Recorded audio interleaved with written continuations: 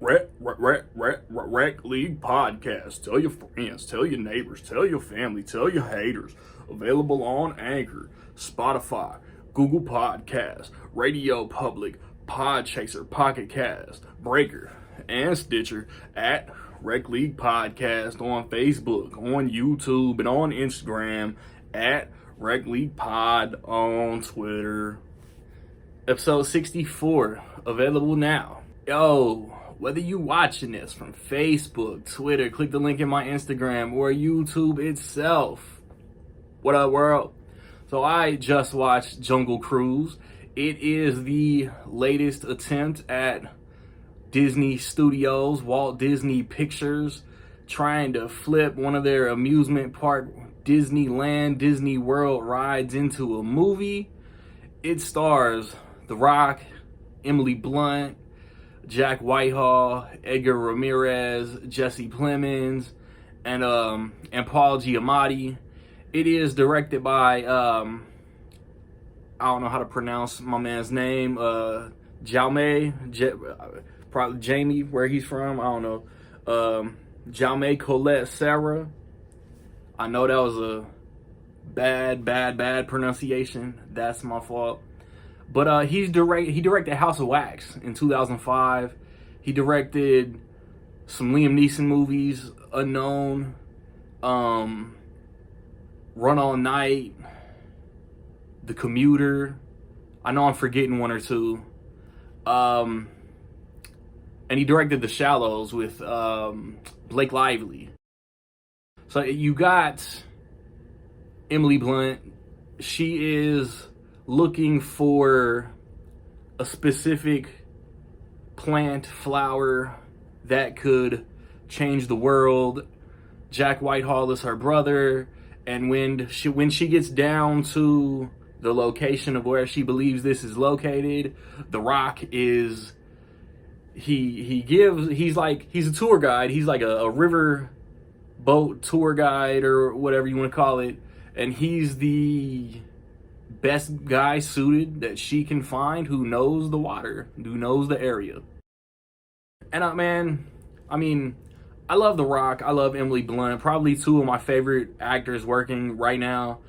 So when this was supposed to come out this weekend last summer, I was looking forward to it. Not like overly hyped, but I was looking forward to it. So I was going to see it this year, and I really enjoyed it. I think The Rock and Emily Blunt have great chemistry together. Jesse Plemons has become the best, oh man, I know who that guy is, but I don't know his name, actor working today. Bro, like Breaking Bad, Fargo Season 2, countless movies, man, The Irishman. Doing like that overly laying it on super thick German dialect, man. Yeah, like he's chewing up the scenery, man, and Jesse Plemons kills it. There are really like Paul Giamatti is an antagonist, but he's like minor. He like is really like the most supporting character out of anybody in this cast. And then Edgar Ramirez story is dope. The whole plot gets a little deeper than I expected it to.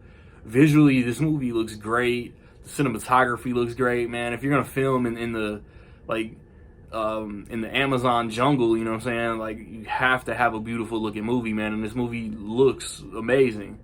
It's funny. Some of the best dad jokes I've ever heard of all time in this movie. So yeah, it's like I'm to the point that like I want to bash The Rock for playing himself in every movie, but it's like every movie does have some kind of like tweak. So like not all his characters are the same. It's maybe it's just all the Fast sequels, from Fast 6 all the way through Hobbs and Shaw. He's played himself. He's played the same guy. So maybe I'm thinking of that, because like Skyscraper, maybe even Baywatch and Rampage, Pain and Gain, Faster, Fast 5, like those are some of the best performances of his career. And he's great in this. He's funny in this. And then you know he's funny from the Jumanji movies, and both his characters in those movies were completely different. But in this movie, there is a tweak that it's like okay, like that's what he's doing. I can get behind that. So yeah, like I think The Rock gave a good performance in this movie. I think Emily Blunt's always great. Like I said after A Quiet Place Part 2, like everything she does could be nominated for an Oscar. So it's like, yeah, like the humor works. Like I said, the plot gets deeper than I expected it to for a Disney movie.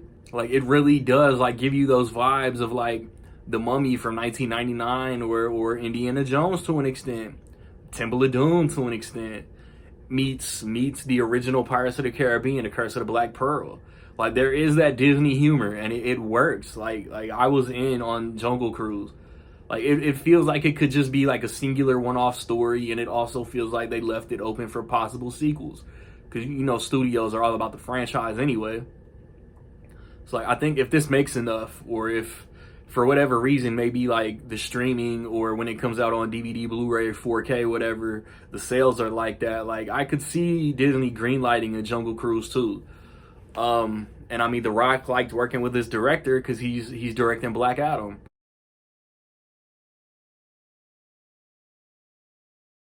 So yeah, with all that being said, man, I will say that in my opinion, Jungle Cruise was dope.